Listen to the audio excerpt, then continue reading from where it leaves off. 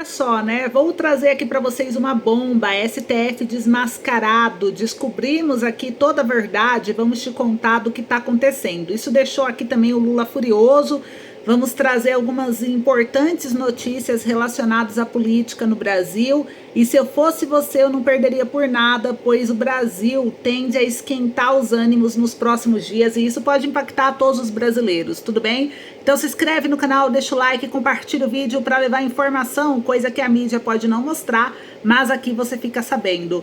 Olha só, primeiro, vamos começar com a queda de popularidade do Lula no Nordeste, que acendeu um alerta vermelho no governo e, segundo interlocutores, deixou Lula desesperado, raivoso. E eu quero saber, você acredita que a popularidade de Lula realmente caiu? Ou você acha que ele é o melhor presidente do Brasil, que tudo isso é invenção da mídia, que todo mundo vota no Lula? O que você acha? Comenta aí pra mim que eu quero saber a sua opinião, porque a queda da popularidade do presidente Lula saiu aqui na mídia, tá em todos os jornais, tá? Subiu em janeiro, isso preocupou o governo bastante. Foi um tombo histórico, nas palavras do ex-presidente do PT, José Dirceu, ele mesmo trouxe a informação, e assustou o Palácio do Planalto e o partido inteiro. Um dos pontos que gera especial preocupação no governo é o impacto da piora na avaliação do Nordeste, onde o Lula sempre teve aí maior apoio de votos, e a região se tornou um bastião petista, né, nas disputas presidenciais desde 2006, e a única em que Lula derrotou o ex-presidente Jair Bolsonaro em 2022. Então a vitória larga no Nordeste, em que Lula recebeu 69,3% dos votos válidos, cerca de 12,5 milhões a mais do que Bolsonaro, foi determinante para sua eleição apertada nacionalmente, que foi de 50,9% contra 49,1%, em que a diferença de votos ficou apenas 2,1 milhões no total. E a pesquisa que acendeu a luz amarela no governo foi um levantamento do Instituto Quaest no final de janeiro, mostrando que a avaliação negativa do presidente superou a positiva pela primeira vez desde o início do mandato de janeiro de 2023. Segundo essa pesquisa, que ouviu mais de 4.500 pessoas entre o dia 23 e 26 de janeiro em todo o país, o percentual dos brasileiros que reprovam o trabalho do Lula subiu de 47% para 49% na comparação com dezembro. Já os dos que aprovam caiu de 52% para 47%. A maior queda da avaliação positiva veio do Nordeste, onde o percentual de aprovação recuou de 67% para 60% no mesmo período de comparação. E nome histórico do PT e ministro Lula em seu primeiro mandato, José Dirceu, escreveu um artigo publicado na semana passada no jornal Folha de São Paulo, que a popularidade do governo tomou um tombo histórico no meio do terceiro mandato do presidente, ao citar os dados da Quaest. Abre aspas, o mais importante, algumas das maiores perdas de aprovação se deram entre os mais pobres.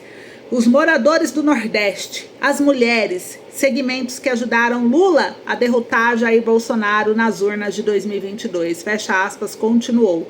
Já a governadora do Rio Grande do Norte, Fátima Bezerra, que também é do PT, ela disse ao jornal O Globo, também na semana passada, que o apoio do Nordeste a Lula não está garantido em 2026. Ela cobrou mais presença do governo na região e muita atenção para os investimentos previstos para corresponder à expectativa da população. A BBC News Brasil conversou com analistas políticos nordestinos e eleitores de Lula na região para entender a piora do humor com o governo. E o principal fator apontado é a menor capacidade de consumo com o aumento da inflação, em especial dos alimentos, e a alta do imposto pesando no bolso da população, a exemplo da taxação das importações adotadas em julho, conhecido como taxa das blusinhas. Especialistas apontam também a dificuldade do governo em dialogar com trabalhadores informais e pequenos profissionais liberais comuns da região, que tem a maior taxa de desemprego do país, 8,7% no terceiro trimestre de 2024, segundo o dado mais recente do IBGE, contra 6,4% da média nacional. Então, gente, isso parece o Lula bem irritado, ele pretende mudar a sua comunicação e é algo que devemos ficar de olho, né? E olha só a outra bomba que a Folha de São Paulo está expondo tudo, né? E a Folha de São Paulo trouxe aqui STF, o guardião das despesas do INSS. Em casos de repercussão, o STF preza o aspecto econômico em detrimento do jurídico. Nos últimos 15 anos, A maioria dos ministros do STF, que é o Supremo Tribunal Federal, tem mostrado um comportamento inquietante. Em matéria previdenciária de grande repercussão geral, os julgamentos que teriam potencial de beneficiar milhões de aposentados têm, coincidentemente, sucumbindo diante do argumento de que tais demandas causariam impacto negativo nos cofres do INSS. Quando o judiciário é acionado por algum litígio entre partes, a expectativa é que se faça justiça, que todos os aspectos da lide envolvendo o econômico, social, político e, sobretudo, jurídico, sejam adequadamente sopesados. Pode parecer uma visão romântica ou piegas, mas isso é o que os brasileiros esperam do nosso sistema judiciário. Porém, não é o que vem acontecendo. Ao considerar os julgamentos mais relevantes nesse perfil, os ministros do STF têm se preocupado mais com o valor da conta a ser paga pelo INSS do que propriamente com a qualidade do direito levado ao debate. O aspecto jurídico tem se apequenado em relação ao econômico. E sintomaticamente, os ministros do STF, em causas que podem afetar um universo enorme de pessoas, têm frequentemente se válido dos argumentos de preservação do equilíbrio econômico arturial ou da sustentabilidade financeira do INSS. São argumentos coringa para negar direito dos trabalhadores. Então, olha a crítica, o STF sendo desmascarado mais uma vez, né, gente?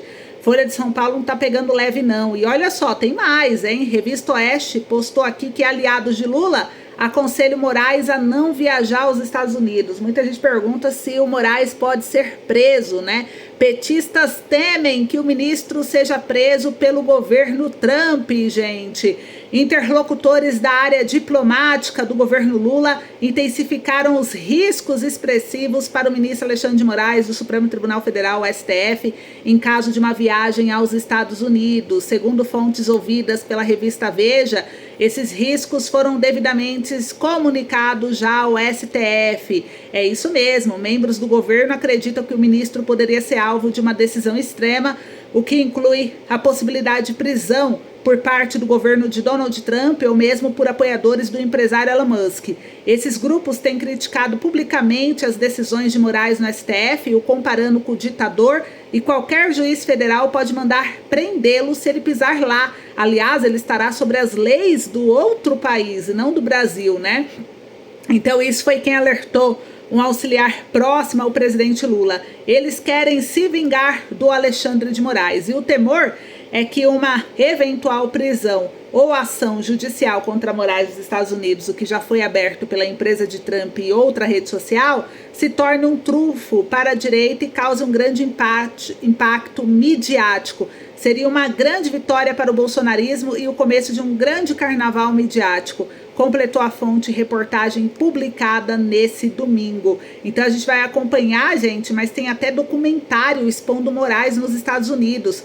O documentário The Fake Judge, cuja produção é do jornalista português Sérgio Tavares, estreia em maio desse ano, mostra a história de uma nação nas mãos de um psicopata, em tradução livre, né? É o subtítulo do filme que foca a figura de Alexandre de Moraes.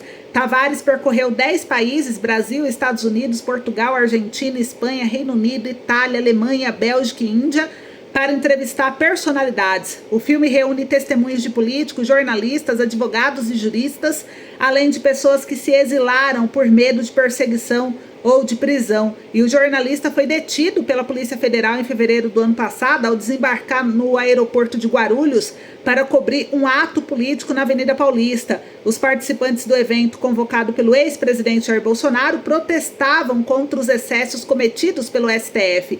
Todo em língua inglesa, o documentário é uma produção independente. A Oeste Tavares conta que não recebeu patrocínio, apenas contribuições individuais de seguidores e pessoas que acompanham o trabalho. E o documentário reúne entrevistas exclusivas com diversas pessoas envolvidas no tema, desde políticos e jornalistas a participantes do 8 de janeiro. Entre elas estão Jair Bolsonaro, o deputado federal Nicolas Ferreira, Marcel Van Hatten e os jornalistas Alan dos Santos e Oswaldo Eustáquio. Então a gente vai acompanhar, mas vocês viram que o Moraes corre risco aí de ser preso nos Estados Unidos se ele viajar. A orientação é que ele não vá para os Estados Unidos. Então vamos acompanhar, mas vocês viram que de forma global o Brasil está sendo visto como um país ditador e não mais um país democrático. O que vocês acham, hein, gente?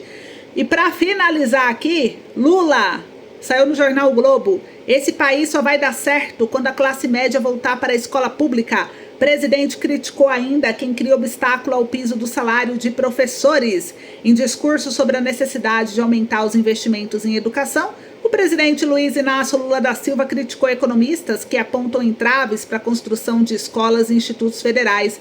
O petista também disse que a classe média deveria voltar para a escola pública. Esse país só vai dar certo o dia que a classe média voltar à escola pública. Ou seja, né, a gente percebe aqui dentro da fala de Lula que ele quer tirar a condição das pessoas de pagar escola particular, né? A gente vê que é um governo que prefere ver todo mundo na pobreza do que todo mundo bem. Ele mesmo disse, né? Tem uma fala dele mesmo falando que é melhor ter um pouquinho na mão de cada um. Ah, você tem pouco, mas todo mundo tem um pouco, do que ver pessoas com muito. Então, mesmo que seja meritocracia, mesmo que seja o trabalho da pessoa, o governo não está contente em ver a pessoa ganhando melhor, tendo uma vida mais digna. Ele quer todo mundo dar impressão no Bolsa Família. E isso é bem preocupante, porque isso mostra que eles não estão dispostos a tirar o luxo deles, né? Mas o povo sim. Tanto que ele falou lá, tá caro, não compra. Mas gastou R$1 milhão de compra de café para eles. R$1 milhão. Ué, mas o café tá caro, por que ele tá comprando? E fala pro povo não comprar, que é porque o povo compra, por isso que o mercado tá caro. Mas o dele, ele não abre mão. Então percebem que pro povo ele quer menos, mas para eles querem mais. Então esse é a verdadeira face aí do governo Lula. A gente está acompanhando todos os detalhes, a gente vê o governo, o STF sendo desmascarado com base nessas informações, e eu vou trazendo mais assim que eu descobrindo para vocês, tá? Então vamos ficar por dentro, vamos acompanhar. O Brasil precisa acordar, menos polarização e mais ação para ter um Brasil melhor. Um beijo.